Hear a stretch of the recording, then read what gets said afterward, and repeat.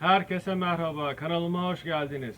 Bu videoda ateş çukurunda mangal kömürü üreteceğim.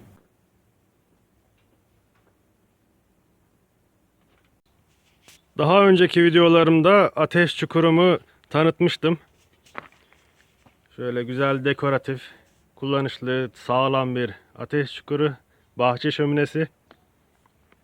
Şöyle bir küçük varilim var, 30 litre. Bulması zor çünkü özel bir ürün. Eğer küçük bir şehirde yaşıyorsanız bulması zor gerçekten. Akla ilk hurdacılar gelir. Ancak kaynak malzemeleri satan işletmelerden karpit kutusu olarak sorulabilir.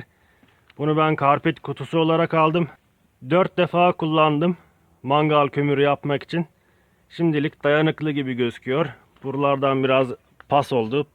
Paslandı biraz buralardan.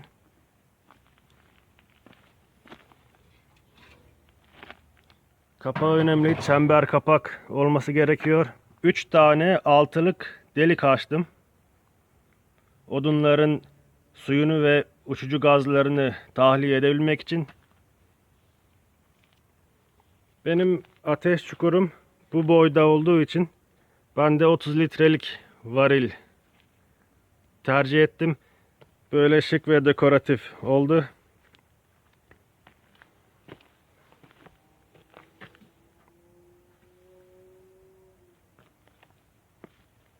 Odunlarım hazır.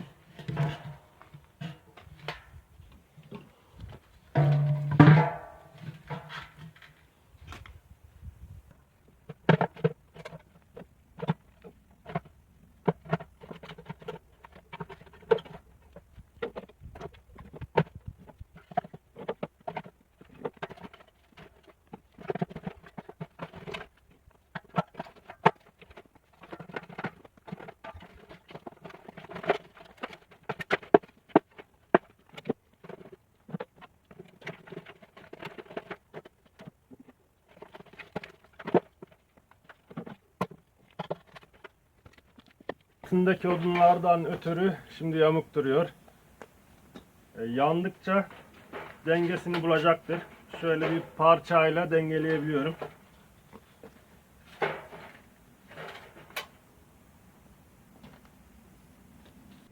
Şu an mangal kömürü olacak odunlarımı yerleştirdim ve kapatmaya hazırım.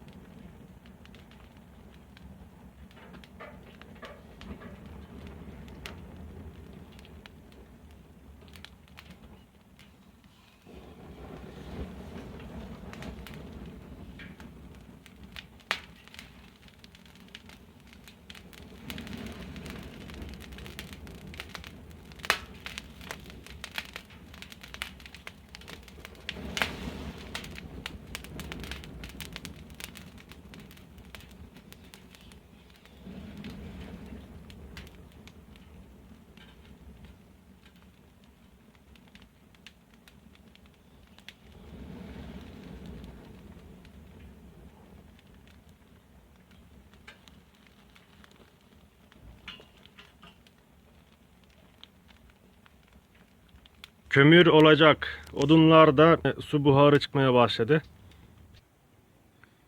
Varilimi çok büyük seçmedim. Çünkü 30 litrelik varil benim için yeterli. Ticaretini yapmıyorum.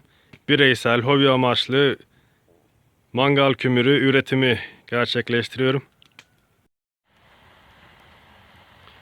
Kömürleşme sürecinin son aşaması olan mavimsi bir gaz çıkıyor şu an. Saydama yakın mavimsi bir gaz. Bu yanıcı gazdır. Kömürleşme sürecinin son aşamasıdır. Üst kapağın ertesi gün açılması gerekiyor özellikle. Çünkü fazla oksijenle birlikte parlama meydana gelebilir. Şu an 3. saatteyiz. Uçucu gazların çıkmasıyla buralar katran oldu. Bu katran izleri odunumuzun mangal kömürüne dönüştüğüne işaret ediyor. Varil şu an dengede oturmuş bir durumda.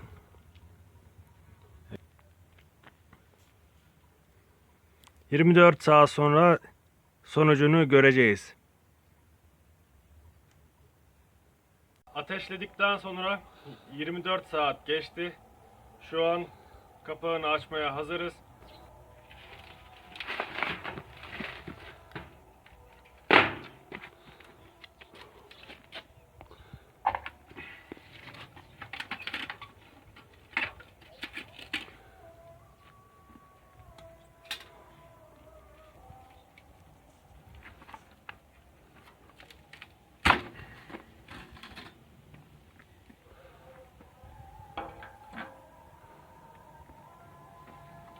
Sonuç harika. Biraz uğraştırıcı ancak seviyorum. Bir hobi olarak insanın kendi mangal kömürü üretmesi zevkli bir iş. Beni izlediğiniz için teşekkür ederim. Bir dahaki videolarda görüşmek üzere.